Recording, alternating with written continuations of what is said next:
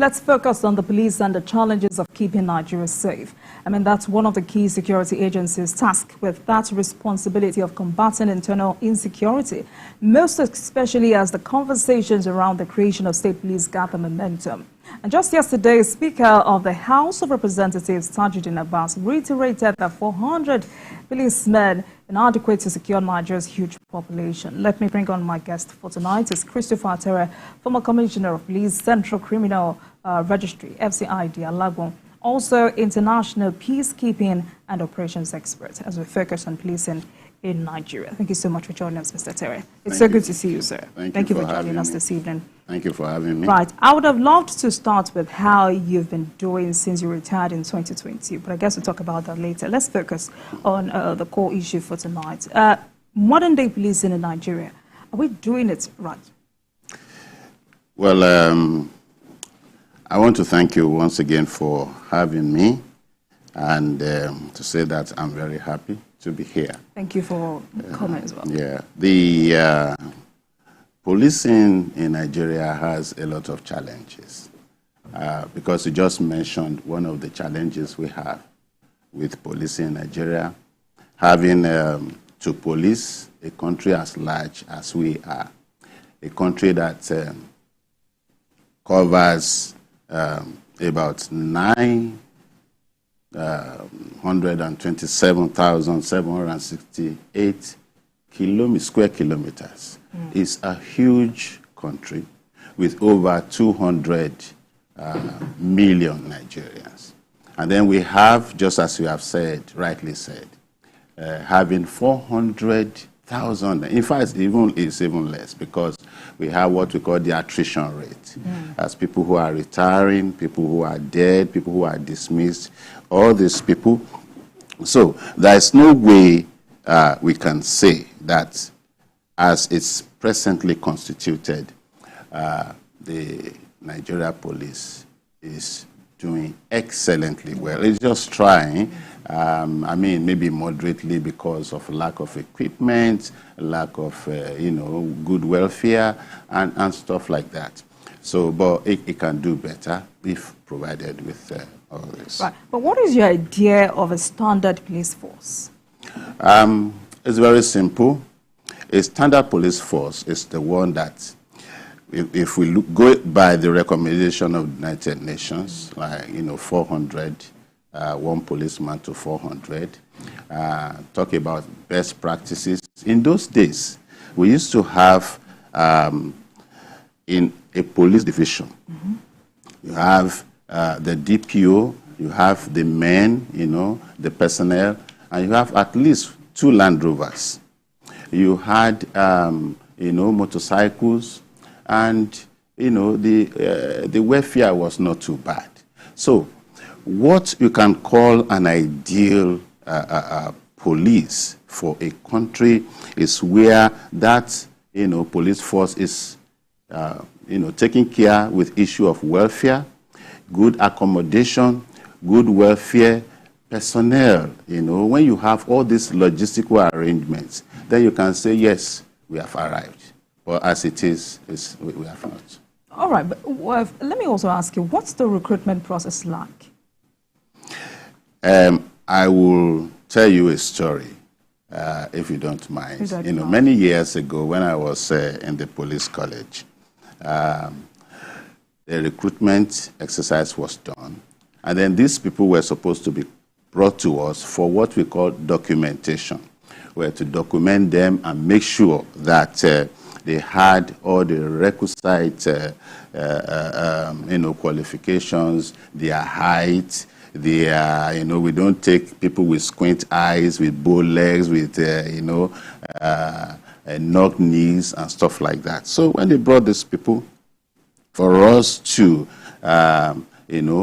put them in the college for training, we discovered that they had some defects, some of them. And we said we're not going to accept them for training. But, we had something from somewhere that they were specially recruited from a particular section of the country, and we had no choice but we had to take them, that kind of a thing. So the recruitment process is such that is warped. That's why you found some time ago the IGP, the Inspector General of Police, and the Chairman, Police Service Commission having issues because the Service Commission, is a civilian arrangement. Then we have the police force. The police force should have its personnel, dealing with training, because there's a whole department for training, that should go all out to seek for those people that we really need in the police. So with regards to educational qualification, the height, the chest, and all those things. So I think, the matter went to court, and then the Police Service Commission won at that place. So the Police Service Commission is in charge of recruitment? It's in charge of recruitment because that's what the Constitution says. But, at some point, I think one of the chairmen, the past chairman of the Police Service Commission, felt that it should allow the IGP to do this thing because in the end, is the one that is going to make use of the men. Is the one that is going to deploy them, is the one that knows them, is the one that should go out to seek. I mean, you want to make use of your personnel. This year, the organization you are saddled with, you should be allowed to recruit those people that you need. It's not somebody else somewhere that is doing the recruitment for you. So, to me, to my mind, I think that place needs to be ironed out. The IGP needs to, though it's the Constitution that's giving that latitude to the Police Service Commission, but it should work in collaboration, in sync with the Inspector General of Police. All right, Miss, I would like you to also talk to us about training. What kind of training does a Nigerian policeman go through? The training is okay. It's only the environment that is the problem. You will recall some time ago that a television station went to Police College Ikeja and saw the infrastructure was dilapidated. The classrooms were bad and all that. The curriculum for training is okay. The basic training, they train them in the laws of the country. Because if you are going to police a country, you should know the laws of the country. They train them on, human rights to make sure that the human rights of Nigerians are not jeopardized. And then protection of lives and property, just like we have in Section 4 of Police Act. Section 4 of Police Act talks about, protection of lives and property, prosecution of offenders, and maintenance of law and order. Okay. So the training covers all this, and to make sure that people are protected, because the primary objective of any government is the welfare and protection of the security of the lives of the people, and the police, takes charge of internal security arrangement. So it's the job of the police to protect the people internally and to make sure that their lives and property are safe. So the training is tailored along this line. And we have various levels. We have the, constable to sergeant to inspector level. And then we have the senior police officers level. So we have police college for recruits, and then you have the police academy for senior officers. So in the, when we went for training, we're already graduates. So we went, to the police academy. We did like 18 months in the police academy because we're taking through all the, rudiments from basic, to the senior, to so many things, in the police academy. But now, at the police academy, where, somebody who has a school cert goes through the GMA, the Joint Admission Matriculation Examination, and he goes, to the police academy to study whatever he wants to study with police duties. So you can, study to be an accountant, to be a business administrator, whilst you are also studying, to be a police officer. So that takes a maximum of like 4 years. All right. I mean, we're here today talking about a system that has existed for over a century. There have been calls for reform on operation. There have been calls for reform on employment, welfare. I mean, you've talked about welfare, but what other kinds of reforms do we need? Well, I think we should go back to the welfare issue because a lot has been said, and it cannot be it cannot be overemphasized that the police needs a lot of welfare, and it's because we have gone through many years of military rule in this country, and that has had negative effect on the operationability and on the administration, on the effectiveness of the Nigeria police. But because it appears that the police has been deliberately undermined. For example, the Nigerian Army came from the Nigeria Police. The Nigeria Customs, Immigration, Correctional Services, they all came from the Nigeria Police. EFCC came from the Nigeria Police. ICPC, they were trained by the Nigeria Police. So why is it that each time that we need something, different in the country, then you live like the mother. For example, in a company, you have somebody who is so good, who is so professional. You go to him anytime you want to train people, and after that, you leave him. And then you take, good care of all the trainers that he has trained, the trainees, rather, that he has trained. So, the Nigeria Police has never gotten a better deal. For example, if you are in the EFCC today, you have a better deal. If you are in the ICPC today, you have a better deal. The DSS came out of the Nigeria Police. You have a better deal. So, but the question I keep on asking myself is, why is successive governments not taking the issue of police welfare very seriously? Just visit any police barracks. Visit Ikeja. Some time ago, I was in a mobile police barracks in Ikeja, and I was downstairs. I looked upstairs, and I saw a gaping hole. I saw people passing.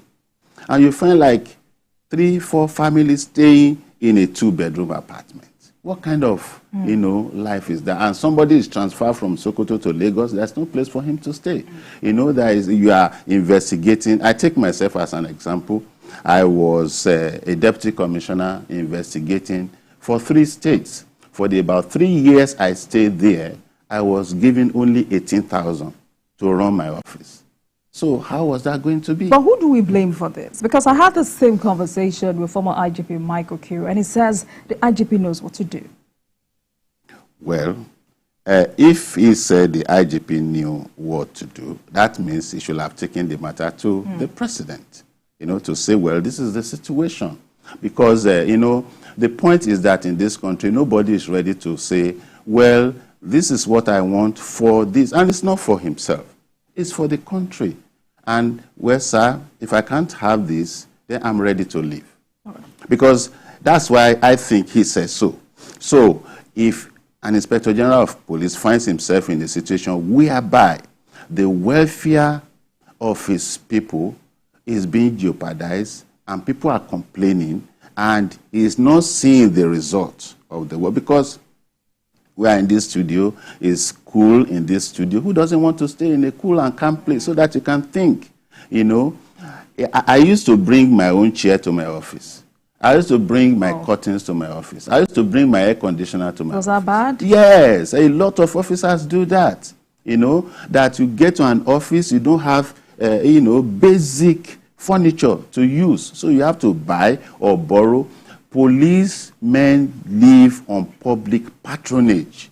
And that's why you see all those vehicles donated by these, even witches and prostitutes, they want to donate to the police. Why should that be? Why is other people, you don't see, for example, have you seen any DSS vehicle that is written, donated by so and so place? No, it doesn't happen. It's only in the police. So why should it be? So if he is saying that it depends, on the IGP. He himself was IGP. So you take this matter to the, you lobby for the police. We'll come back to this matter of welfare and what the Nigeria police need. Yes. But also, let me ask you, is the Nigeria police still capable of delivering efficient security under this present structure? Yes, it can. Of course, you know, the politicians know how to, you know, maneuver and manipulate the police. For example, during elections, that is the time they remember that the police will need vehicles.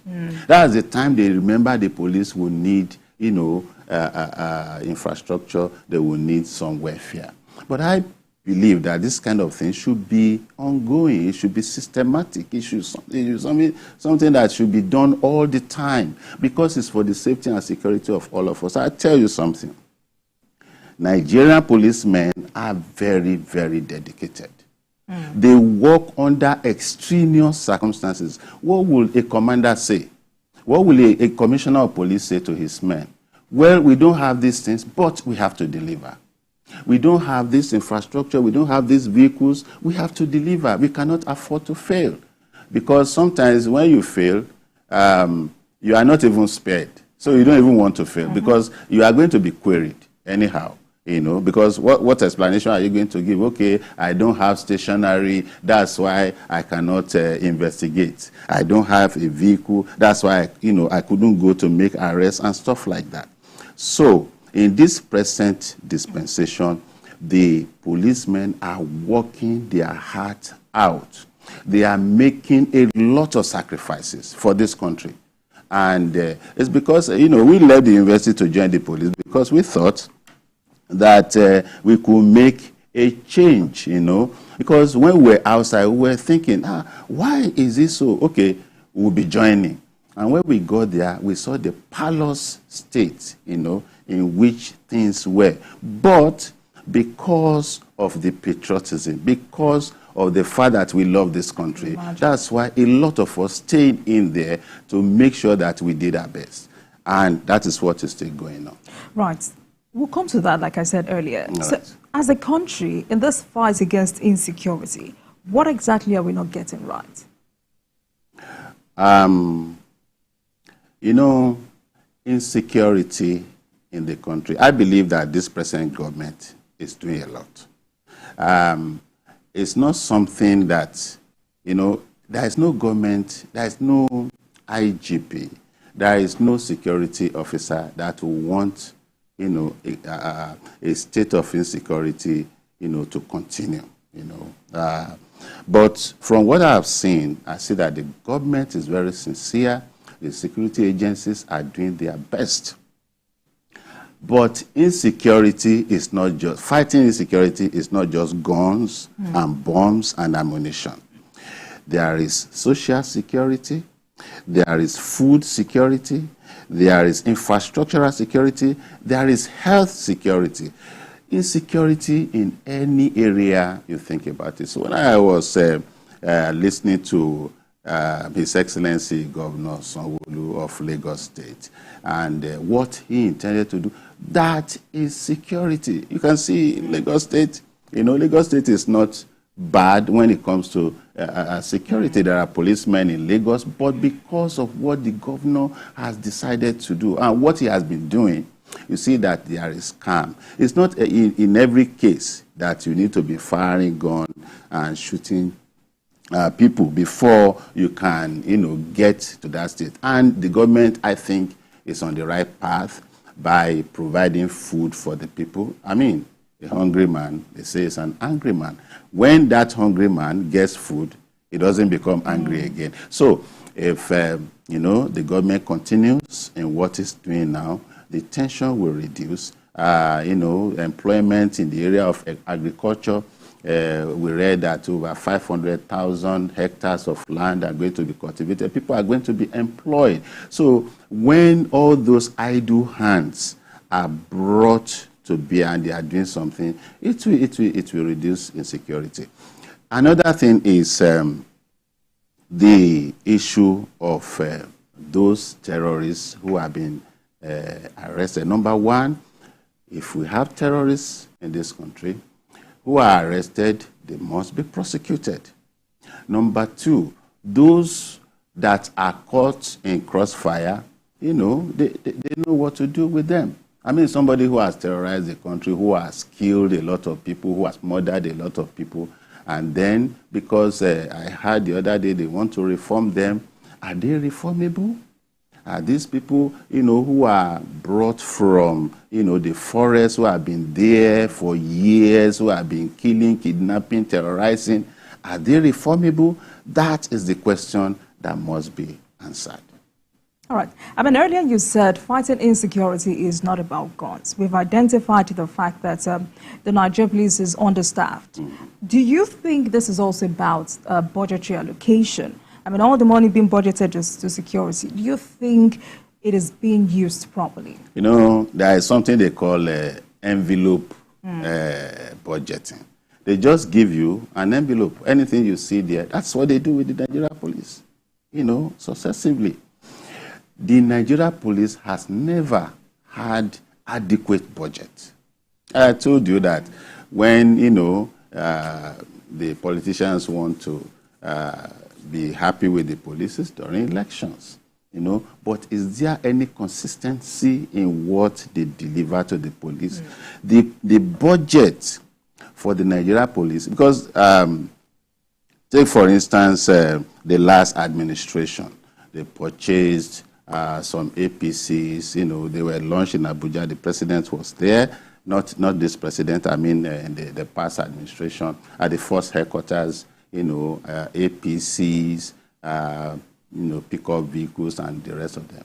All those vehicles were supposed to be used for the whole country, but they are not even adequate for Lagos State and Ogun State alone. Because these are piecemeal, knee-jerk approaches.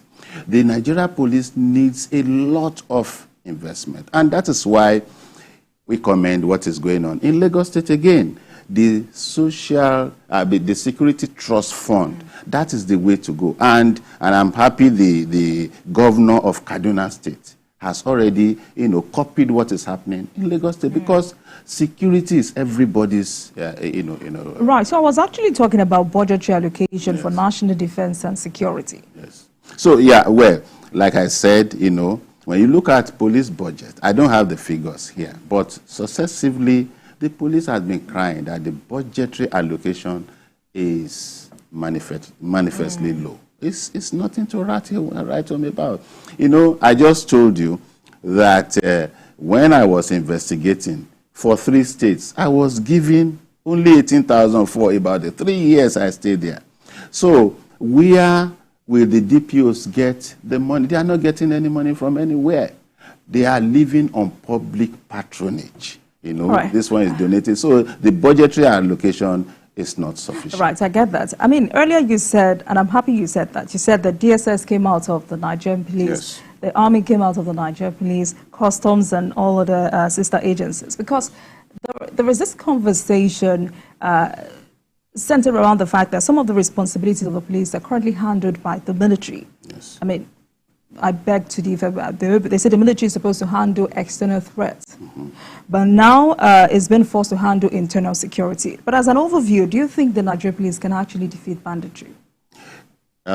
Before I answer that question, let me talk about the military taking, handling internal security, which is not their primary role. Absolutely. The primary role of the military is the territorial integrity of the nation. So, and if successive years, like I said, that the military succeeded in undermining the military, we're in this country when one of the governments, I don't want to mention the name, came up with the idea that we cannot have a rival force in the mobile police force. That government seized the APCs of the Nigeria mobile force, told them not to wear their uniform and all that. And this is the strike force of the police. By the way, the police has, like 3 strike forces. You have the mobile police, you have the counter-terrorism unit, you have the SPU, that is, those people, Special Protection Unit. Now, the military, they are, diverting away from their primary role. As the government is providing for the military, as the military is making cases for themselves, they should also be making cases for internal security, which is the role of the police. Internal security is the constitutional role of the police. I was in Sierra Leone working for the United Nations, and we were to have the 2011 presidential and parliamentary elections. At that time, we secure funds to train the military, the police, the corrections, immigration, all the security agencies together so that they could work together in synergy. But we emphasize that was an internal security situation, and the police must take the lead. So if the military should come in, we have what they call MACP. What is MACP? Military Assistance to Civil Power. So they will come in at the invitation of the police. It's not that they will come in. But in Nigeria, what do we see? The military is everywhere. What would you blame for that? Or who? Or what would you blame for that? Well, because you cannot really blame the military. We can blame the military. Because, you know why? Because the military has been in government for years in this country. And they have used that opportunity, that latitude to, place themselves in all these places. So, Mr. Terry, you're basically saying the military, while in power, disarmed the police. They did it. And rendered it literally impotent. And they have been doing that, surreptitiously. Because, you see, I felt that if they actually wanted the security agencies to work together, they should have been carrying them along, to say, okay, we are in charge of, external security. We want the police, in every forum they find themselves. They should be advocating that. But rather, they just say, okay, the police is... Because I read some time ago that one retired officer, military officer, in the National Assembly was saying, well, internal security is not the duty of the military. So it's just saying that now. Why now? Because maybe already they are tired. Absolutely. Yes. So do you think that's why the military is overwhelmed or overstretched? They overstretched because they wanted to overstretch themselves. Because they should have advocated for more recruitment for the police, for more equipment for the police, for more training for the police. And say, no, when they were introduced into that, they should have said, no, this is not our beef.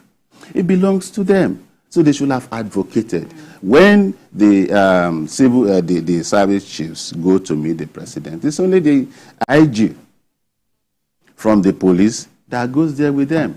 We have the chief, all the chiefs, all the service chiefs. We have other people who go there. It's only the IGP. So his voice will be drowned in that place. So, but if we have people who are advocating for the police, that the police need to be equipped adequately. And I tell you, we have men and women in the Nigeria police force who can do this thing if they are, appropriately, motivated. All right. Thank you so much, Mr. Terra. Let's go for a break, and when we come back, we will continue this conversation. This is Politics Tonight, everyone. Let's take a break, and we'll be right back. Stay with us.